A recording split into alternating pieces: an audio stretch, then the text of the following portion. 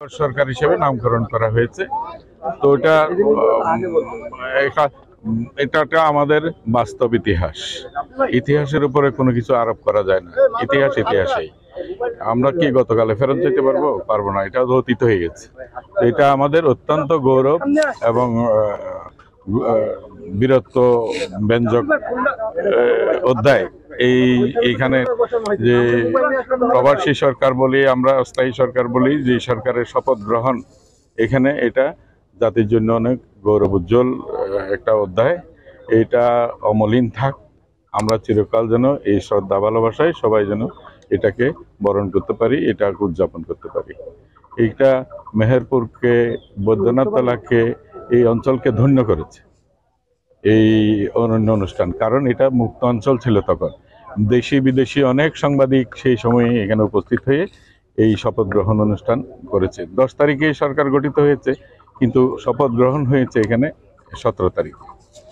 এইটা এই অমোচনীয় জাতির ইতিহাস, এটা অনির্বাণ থাকবে চিরকাল।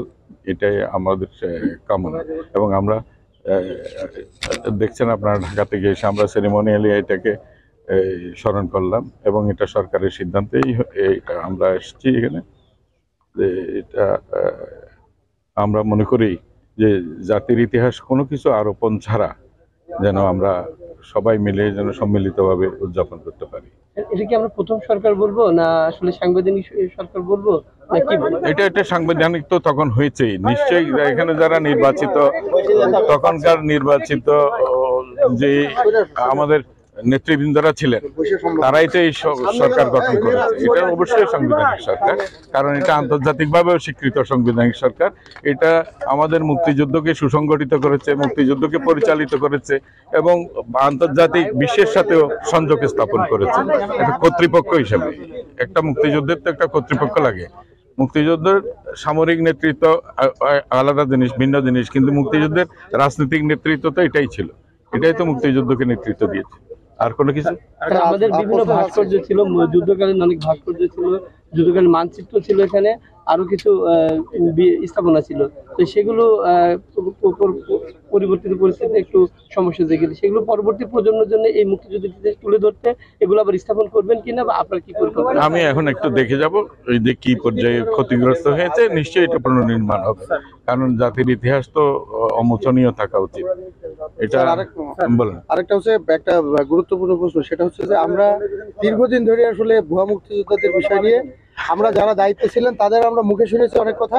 আসলে সেটা আশার বাণী ছিল, কিন্তু স্বাভাবিক কারণেই ভুয়া মুক্তিযোদ্ধার ইস্যুটাকে বাংলাদেশে কিন্তু একটা দারুণভাবে সমস্যা সৃষ্টি করে বিভিন্নভাবে। এই বিষয়টা আপনারা যেহেতু একটা গুরুত্বপূর্ণ দায়িত্বে আছেন, আপনাদের পক্ষে আমরা মনে করি একটা নিরপেক্ষভাবে এটাকে যাচাই করে এটাকে সম্ভব, এই গুরু দায়িত্বটা আপনারা হাতে নেবেন কিনা? যদি নেন তাহলে সেটা কিভাবে সম্ভব হবে আর কি? এটা আমরা ইতিমধ্যে নিয়েছি, কারণ বিষয়টা আমাদের জন্য গ্লানিকর। এটা যারা সত্যিকারের মুক্তিযোদ্ধা আছে তারা প্রতিনিয়তই এটাতে বিব্রত বোধ করেন, যে যারা মুক্তিযুদ্ধে অংশগ্রহণ না করেও মুক্তিযোদ্ধা হিসেবে নানানভাবে নিজেদেরকে স্থাপন করছে, নিজেদেরকে পরিচিত করাচ্ছে। তো এই ক্ষেত্রে আমরা অনেক উদ্যোগ ইতিমধ্যেই গ্রহণ করেছি। কিছু বিষয় আছে আদালতের রায়ের অপেক্ষায় আছে। আদালতে আমরা কন্টেস্ট করছি। অনেক কটা মামলা আছে, প্রায় 2700-র উপরে মামলা আছে, বিভিন্ন রকমের রিট মামলা, এই সংক্রান্ত মামলা। এগুলি নিষ্পত্তির প্রয়োজন আছে। আমরা একই ধরনের যে সমস্ত মামলা, সব মামলাকে একসাথে করে আমরা চেষ্টা করছি যাতে এগুলি আদালতের একটা রায় পাওয়া যায়। এই মুক্তিযুদ্ধ কমপ্লেক্স ঘিরে নতুন কোনো পরিকল্পনা আছে কিনা সরকারের? এইটার ঘিরে এটাকে আগে কি পর্যায়ে আছে আমার একটু দেখি। আজকে তো প্রথম আসলাম, আমি একটু ঘুরে দেখবো। এখন দেখার পর এখানে কোন কোন জায়গায় কি কি সংযোগ করার লাগবে এটা করা হবে। যেটাই করা হবে সেটা ঐতিহাসিক বস্তুনিষ্ঠতার নিরিখেই করা হবে। কোনো কিছুই আরোপিত হবে না, আর কোনো কিছুর সত্যকার ইতিহাস মোচানো যাবে না। এগুলি ওই রকম করেই আমরা দেখব যে ক্ষতিগ্রস্ত যা কিছু হয়েছে সেটা পুনর্নির্মাণ কিভাবে করা যেতে পারে সেটা আমরা দেখব, এবং বস্তুনিষ্ঠভাবে এটা উপস্থাপিত হবে। এই সরকার নামকরণ কি মুজিবনগর সরকার থাকবে, না কোনো পরিবর্তন হবে? আমরা তো পরিবর্তন করি নাই এখনো। আপনি কেন জিজ্ঞেস করছেন?